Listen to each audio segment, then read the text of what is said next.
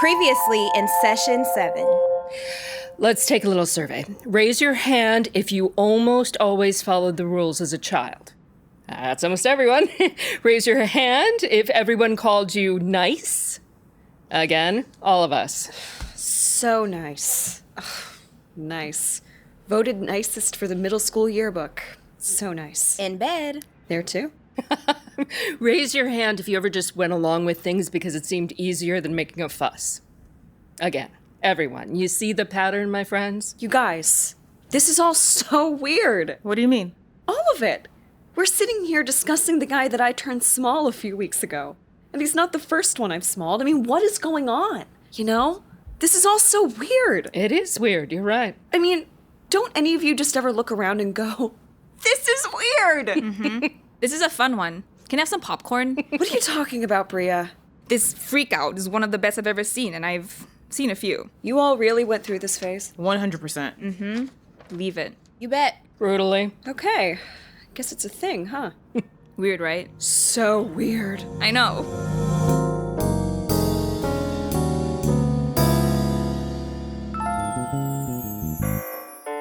Recorded live at Jalopy Theatre in Brooklyn. Messenger Theater Company presents The Defense. This is Session 8.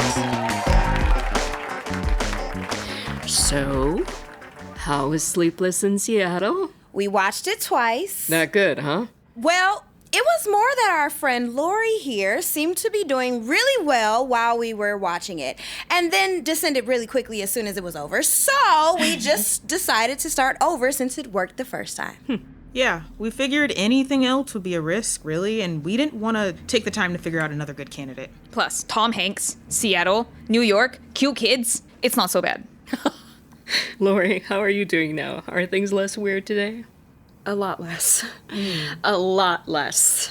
I mean, still weird, of course. All week I've had kind of a weird hangover, like a hangover of weird. But it's not like the crisis of last week. I mean, yeah, last week was Weird. so weird. Yeah. But I think in the good news department, it was really great to be so looked out for by everyone. I felt really cared for, even as I descended into the weird. It was definitely a thing you found weird. Honestly, I still do, a little. I've never experienced that kind of care before. Not from so many people all at once. I didn't want to sound corny or anything, but I found it very moving. Aw. I'm touched by that. Lori. I'm so glad. It's one of the real benefits of the group, isn't it? This feeling of support, this sisterhood. Mm-hmm. It's new for me too, really. I mean, I was in a sorority in college, and there was a lot of talk about sisterhood, but it was all very conditional, you know? If you stepped out of line, oh boy. Some sisterhood. I thought I belonged there. I saw it as protection. How so? Well, we'd go to the frat parties as a team, you know? The only time we really saw trouble was if someone got separated from the group, and then we gathered together to pick up the pieces of that kind of mistake. You mean the mistake of being a woman alone at a frat party? They said it was a failure of the group to protect the lone antelope. Like, the boys were lions trying to pick us off, and we let one escape our herd. And it never occurred to anyone that you all could just not go to those parties? We had to. It was the whole point of the system. What if the sorority had said they'd stop going to parties until the men stopped assaulting the women who went to them? Never even crossed our minds. If only you'd been there. Oh, I'd have had a lot of ideas for you. Oh boy, and this buddy system we had. What was it?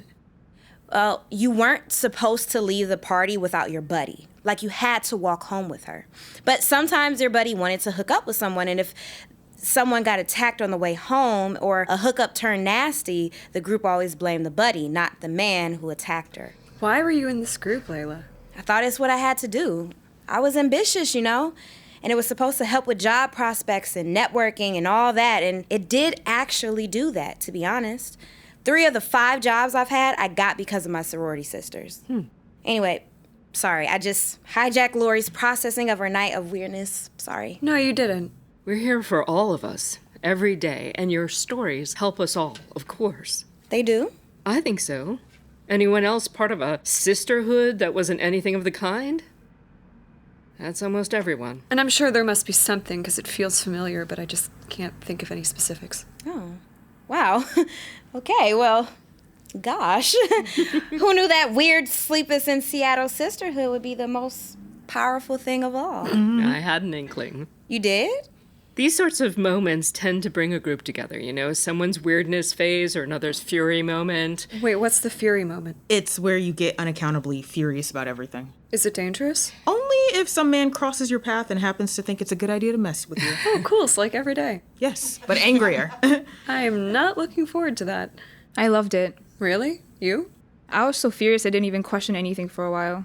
And these ladies took me to a rage room, and I had the time of my life. A rage room? It's a magical place where they bring you dishes to break and a sledgehammer with which to smash many things. I got to shatter a computer monitor, and it was a dream come true. Isn't it dangerous? You get eye protection and a protective jumpsuit. I don't think I have that sort of thing in me. You might not yet, but it's coming. I'm not into it. Good. Well, it'll be more satisfying when you get there. I'm just not an angry person. I know, buddy. Don't worry about it. It's not important until it's upon you. If you say so. Forget I said anything. It doesn't matter. Maybe you'll skip that phase. Not likely. Mari? Yeah, maybe. You never know. I was just trying to point out that these kind of moments are when a group really starts to come together. Absolutely true. I'm getting nostalgic about your rage room now, Bria. Hard not to. We don't have to wait for someone to hit the fury moment. We could just go there for fun. For fun? And release. I am interested. Though I'm not sure I want to minimize the memory. Think about it. I will. It'll be a much different bonding session, though, than our Sleepless in Seattle night, that's for sure. For sure. Different, yes. Better, no. Because Lori's weirdness night was glorious. Absolutely glorious. We could have a movie night without a crisis, you know. What? No. Yeah, we don't have to wait for someone to hit the weirdness phase. We could just hang out and eat popcorn any old night. A very novel idea. Just, you know, sometimes the person at the center of a crisis doesn't enjoy the night quite as much as the rest of us. Accurate. Sorry, Lori. No, it's fine. It was great. And a really important night for me, and I am so very grateful, but it's true that it wasn't actually fun. Yeah. Fun and important aren't really the same, are they? Nope. I'm sorry, Lori. It will get easier. Do we have... I ashed a man at work. Oh, dear. That could get complicated, but is absolutely not unheard of. Was it a colleague or a boss? Oh, no. That would be complicated. It was the copier repair guy. Tell us. Well, I was trying to explain the problem I was having with the machine, and he was just not listening. And then he did that thing where he tried to blame me for the problem, and I just bloop. Bloop. Yeah, bloop, buddy. Bloop. I know, right? That's how it rolls. It's not, just bloop. Bloop. Pile of ash. Pretty much. I mean, it sucked because I was indoors, and a pile of ash indoors is a lot more noticeable. So, you know, sweeping time. And then the copier is still broken. So that's a new problem. How do I get another copy guy to come when there's still an open ticket for the first one? Oh, boy. It becomes an administrative nightmare. And I don't want to delve too deeply into this guy's life, you know? I don't want to dig through his repair bag or call his boss, or I don't know. What did you do? Well, after dealing with the ash pile, I just closed the door of the copy room and went back to my desk and just tried to get myself together. Wise move. Thanks. And that ash pile surely was meant for the ash pile. Surely. What did you do about the copier? When my boss asked what the status of the copier was, I just said the guy seemed to have wandered off. How did that go over? He was appropriately confused by it. I mean, basically, I told him I'd left the repair guy there to take care of some other business, and when I came back, he was gone, and he seems to have not returned. Well done. And you know, I think part of the reason the defense kicked in is because we were in a tiny enclosed space. You know, I felt trapped and cornered. Even though technically we were in my place of work, it felt like I'd been lured into his cave somehow. I don't want to get too woo-woo. Oh, I like woo-woo. Please get woo-woo. But I think the defense knows things. It senses the type who would lure a woman into a cave even if he has not yet done it, and maybe doesn't even have a cave handy. I don't mean a literal cave. Well, caves are pretty tricky to find in the city. Basements aren't, though. Or attics. Or just any room with a lock. What if he had some ladies locked up, and now they can't escape? But what if they starve to death in there because he doesn't come back to feed them? Oh, This is all hypothetical, you know. Sure, but it feels very real.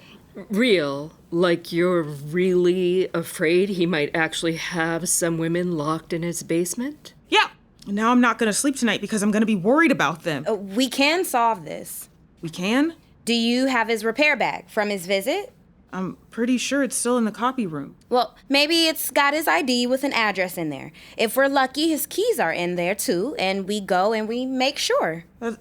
That's a good idea, actually. Most likely, you'll just find a sad, underfed dog, but then at least you'll be able to sleep. I'm gonna...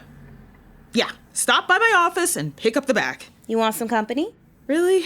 Of course. We can't have you investigating a possible crime scene all on your own. Okay, great. Thank you. You guys going now? Yeah, I was thinking I'd just run by there when we're done here. Does that work for you, Leila? Great. I can come too, if it'll help. Sure, the more the merrier for a possible kidnapping rescue. Totally. Many hands make light rescue work. Cool. Oh, now I feel like I should come too. You don't have to, Bria. Oh, well, yeah, but what if you guys get there and it's a real thing and you have all this big traumatizing adventure and I'm the only one who wasn't there? Or if you go and it's nothing and you all go out for pancakes after and I'm the only one left out. I have to come too, I'm sorry. Great. And pancakes sound like a great idea, regardless. Kacey, is this crazy? You want to investigate a possible crime scene? Well, it does sound a little crazy, and I'm a little anxious for you, but you all are stronger than any bad guy you might encounter. And the bad guy is already ashed. Come along. Oh, I better not. Just in case you all run into trouble and you need someone to bail you out. Not that I think you're heading into trouble. Just that you might get a little crazy hyped up on those pancakes. Pancakes are the gateway to trouble. I always knew it. All right. We'll all fit in my car, I think. We'll hit my office, and then hopefully we'll have an address to check out this guy's house. I'm pretty confident we can find this guy. I'm pretty sure we won't find the guy. Oh, God, no, sorry. Find the guy's house. Find his house. Yeah, cool. Do you think we'll actually find something there? Probably not. Probably there's nothing there, but my bad feeling meter just needs me to check. It's vitally important that you all keep a close eye on your bad feeling meters.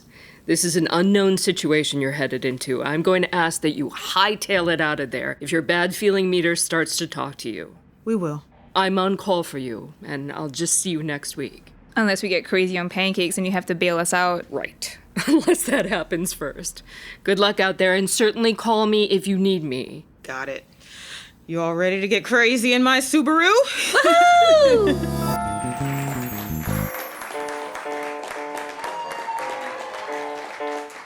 The Defense is a production of Messenger Theatre Company. It is performed by Marcella Adams as Leila, Amber Jessie as Mari, Cosmic Kitty as Bria, Kristen Vaughan as Kacey, and Toni Watterson as Lori. The writer-director is Emily Rainbow Davis. Sound design by Matt Powell. Sound engineering by Daniel Massey. Sound assistance by Angela Santillo. Stage management by Ella Lieberman. The producer is Melvin Yen. The defense theme is by Scott Ethier. I'm Jacki Jing. I'm safe, but I'm not safe for everyone.